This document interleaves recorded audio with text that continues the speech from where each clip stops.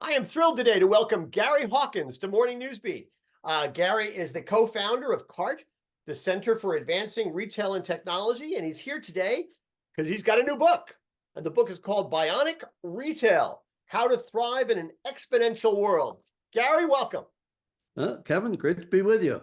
So it's funny, immediately when I saw the title, Bionic Retail, like anybody of my age, I immediately thought back to the $6 Million Man.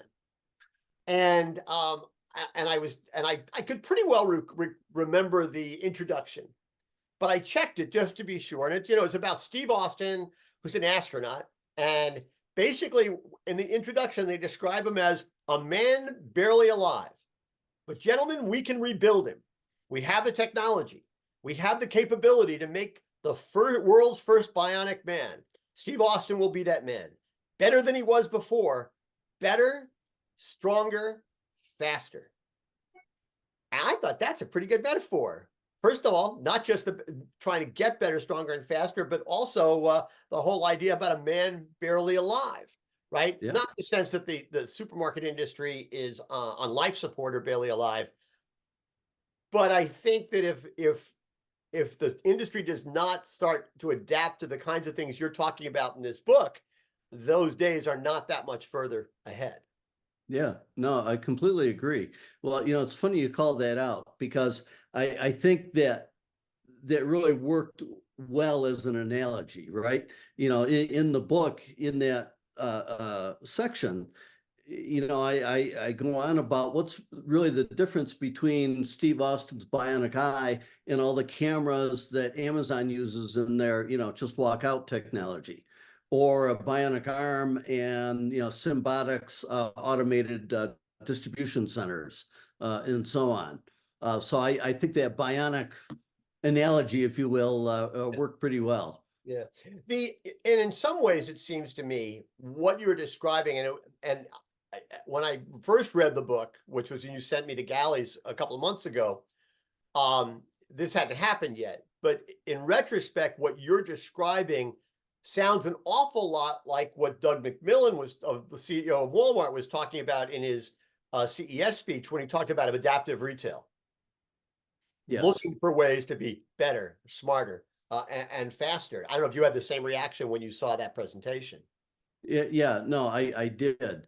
And I think what really triggered me to write this was as I talked to retailers of all sizes, wholesalers across the country, I saw executives focused on sort of what's the next shiny object, what's the next new cool technology, that we need to be looking at, and so on. And I felt they were missing the more important picture, which is sort of looking beyond all those shiny objects to the fact that we're living in a world that really has never existed before, right? We're living in a world now, we're past the inflection point on the exponential growth curve of tech, computer processing power, big data, AI, et cetera, and the implications of that.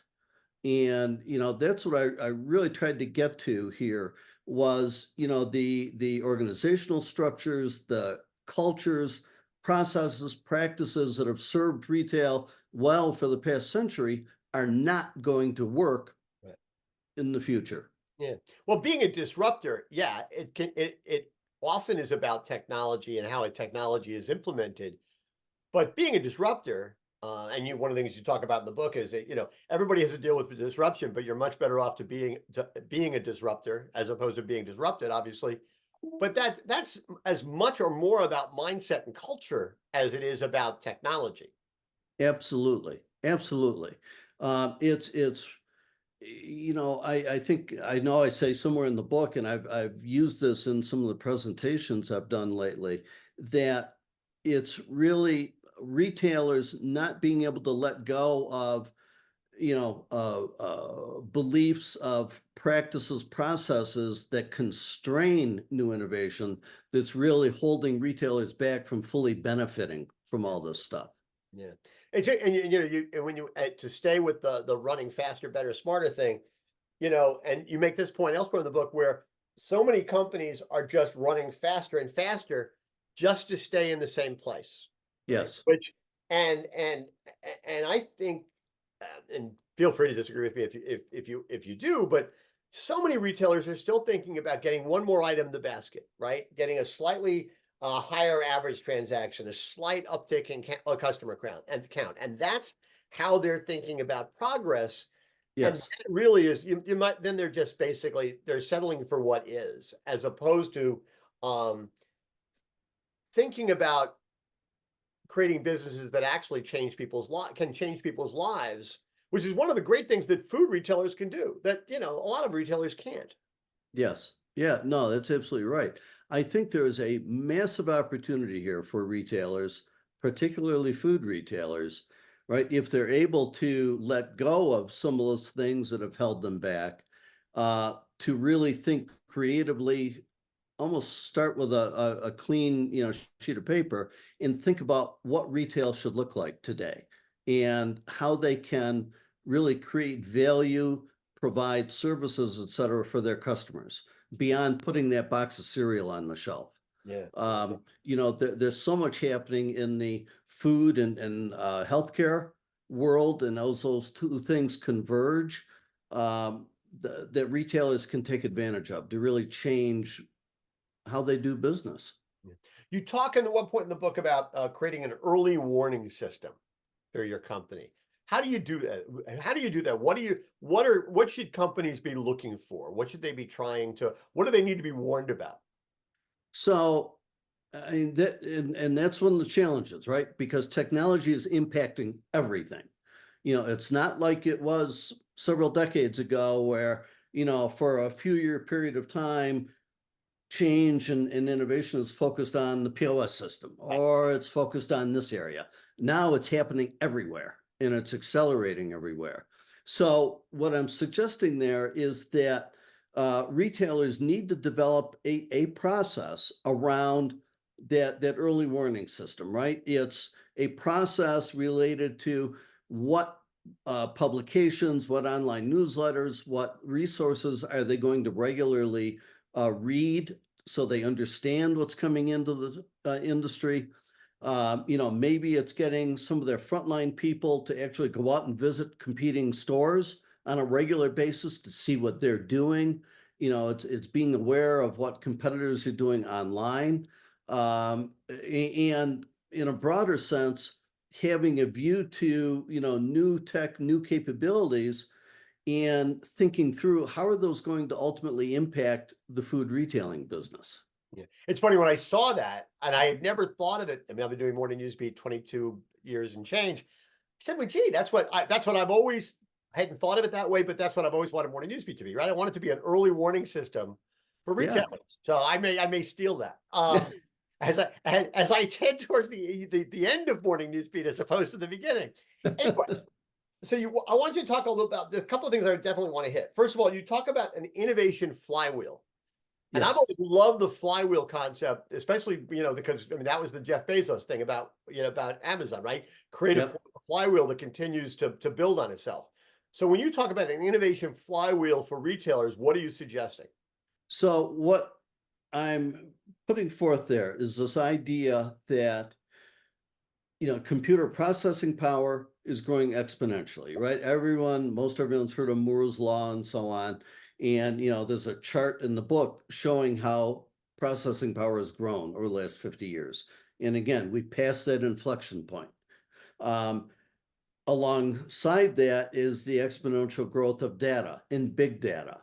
I just recently did a call with Google and got a look under the hood a little bit of some of the things they're doing.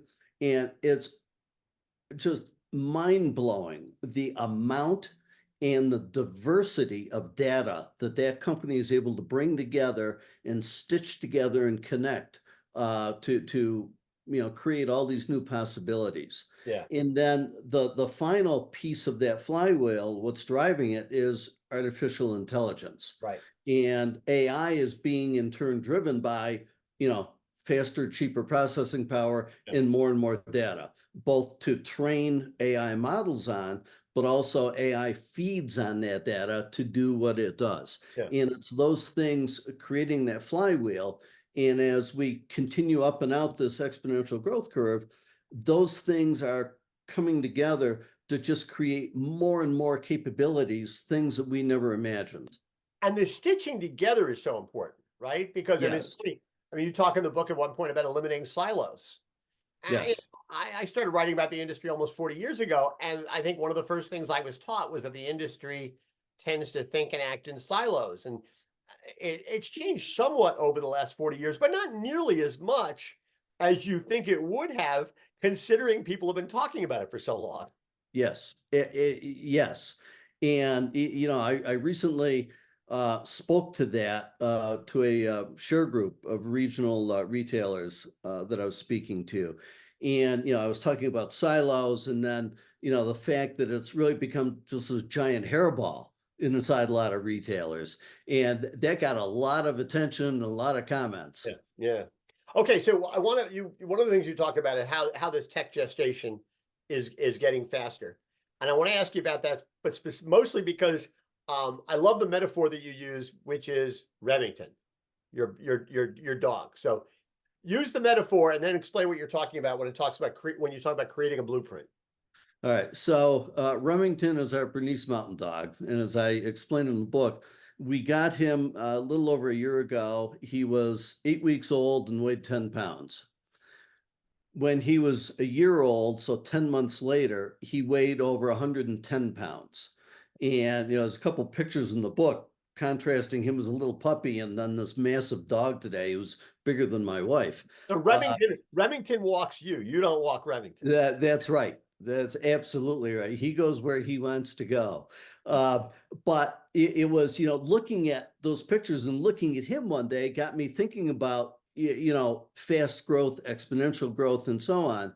And again, that's what led me to this whole idea of thinking about not only how fast technologies are growing, but how fast they're moving through the entire sequence from, initial idea to that sort of gestational period to, coming into the market and then scaling. Right. And that whole thing is getting shorter and shorter. And what's important about that, it's giving retailers less and less time to know about, understand, and adapt to new capabilities. Yeah. I'm not sure the metaphor goes this far, but part of the reason that Remington went from 10 to 110 is because you fed him right. You Yes. got him, made sure he got exercise. I mean, he still would have grown, but he wouldn't have grown to where he is now if you had not taken care of him. And in that Yep. sense, maybe the metaphor continues, right? You have to make sure that you're doing all the things to nurture your own future, as opposed to just expecting it's going to happen. Yes. Yeah. And that's the word you just used that came to my mind was nurturing, Right. right? You need to nurture your organization, your culture, how you're thinking about the world here. Yeah. So you talk about what we need for a blueprint for the future. I'm going to take you through a few quick things here. But a blueprint for the future. There are 4 or 5 things you talk about. What are they? So the key thing, and I think once executives, once people in the industry understand the environment they're living in today, right? This exponential world. One of the key things that then has to happen is an inspiration, right? What do we see the future as? What can we create here as retail? How we think retail works. Once that inspiration is in place, then it's getting everyone else on board with that. It's moving through taking action against that. How are we going to make that happen? Putting processes in place and so on to bring together capabilities, create new capabilities to make this future real. And I think that is really a huge opportunity here for retailers is instead of just taking new technologies, new capabilities out of the box and plugging them in, the opportunity exists today for retailers to put things together in different ways, to create technology in some cases, to create their unique view of what they think retail is. It's also interesting along those lines. We've talked about this probably in the past that during the pandemic, retailers innovated pretty quickly because they had to. So they were doing things tactically, right? Because they needed to plug things in really quickly Yep. because change was happening so fast. But now, there's still I think a lot of retailers, not everybody, but a lot of retailers are still behaving tactically, although for the moment they should be thinking strategically, right? Because this is a time where they can sort of say, okay, we know what things were like before the pandemic. We know how things changed during the pandemic, but now we have a chance to look forward and figure out how are we going to think strategically about what we want to be and what relationship do we want to have to our customers and what is our value proposition? What is our brand equity? And I'm not sure enough retailers are actually having those internal conversations in a hard-nosed kind of way. Yeah, so I agree with you. And, I think during the pandemic, retailers didn't have a choice, right? They had to innovate if they were going to stay open, stay in business. So there was, a lot of pressure to do that. And most retailers responded incredibly well. It was unbelievable how fast they innovated, would do new things. Since we've come out of the pandemic, though, and things have gone somewhat back to normal, their pressure's gone away. And, I think to your point, a lot of retailers, they don't feel that pressure anymore. And I think to a good degree, it's because they really don't understand what's happening sort of beneath the surface here right now with technology and this idea that, we pass the inflection point, this whole space is just going to explode with change. And if they understood that, I don't think they'd be sleeping at night, right? So I don't, they don't have the pressure. They're not feeling the pressure because I think they're missing and not understanding or comprehending yet what's happening. So what you're saying is that Bionic Retail is really like an Edgar Allen Poe story or a Stephen King story, designed to keep you awake at night. Well, parts of it, yes. It's funny. I just heard from an old friend of mine that just read it, and those are sort of his comments. Like, this is phenomenal, but boy, there's a couple parts of this that are sort of scary. And yeah, it is. But alongside that is just, I think, incredible opportunity for those retailers that are willing to change. Yeah. Well, and we don't want to give away the store here, but just so the audience understands, in this you do put together the, your principles of how to succeed, and basically you talk about its first principles thinking, and about how to identify the problem and then move forward on that. But they're going to have to get the book to be able to see what those are. But I think they're really actionable. So let me ask you one last question, if I can, which is, as you look around, because this is the way people think, right? Certainly the way I think, and I think most people do, it helps people to have a reference point. Mm-hmm. If you had to think about a retailer out there, and it doesn't have to be in the food industry, but any retailer out there who sort of, gets Bionic Retail, and maybe even unexpectedly so, and is acting in a way that is consistent with what they need to do to be successful down the road. Yeah. Who would they be? So retailers that get it. The one that I guess stands out to me that's really impressive is Walmart. And I say that, not just because they're Walmart, but stop and think about, they're the world's largest retailer. And the change that they've been able to accomplish, both in culture and how they view the retail business and industry, their embrace of new tech, of new innovation, of new capabilities. There are very few retailers out there that are doing what Walmart is doing. There's one section of the book where I highlight, I focused in on Amazon, Walmart, and Kroger and tried to lay out all the different initiatives they're pursuing. And with Walmart in particular, I think what's just mind-blowing to me was seeing in one place all the different things they're working on or that they've done and are bringing to market across their entire enterprise, from supply chain to store design to shopper engagement. Very few retailers are able to marshal those kinds of resources and align them against a goal. And first of all, you talk a lot in the book about inspired leadership, right? And what Walmart has done, I think, speaks volumes about how Macmillan has sort of remolded the company, Yes. managing to move it forward, but still keep the core values and not totally disrupt the thing, which happens times in the past, which I think is an enormous testament to him. And I also the other interesting thing about Walmart is that they shut down their retail laboratory because the idea was the whole company's a laboratory now. I mean, Yes. in essence, that's the unsaid thing. No, Yes. we've got an innovation culture. We don't need to have it in that box. That's right. We're working on a lot of different things in a lot of places. So Yeah. I'm with you on Walmart. Yeah. Well, Gary, thank you so much. The book is Bionic Retail: How to Thrive in an Exponential World. I'll put some links below so it's easy for you to order. It's a terrific book. And thanks for doing this. I really appreciate it. No, thanks for having me on. Take care. Good luck. Thanks.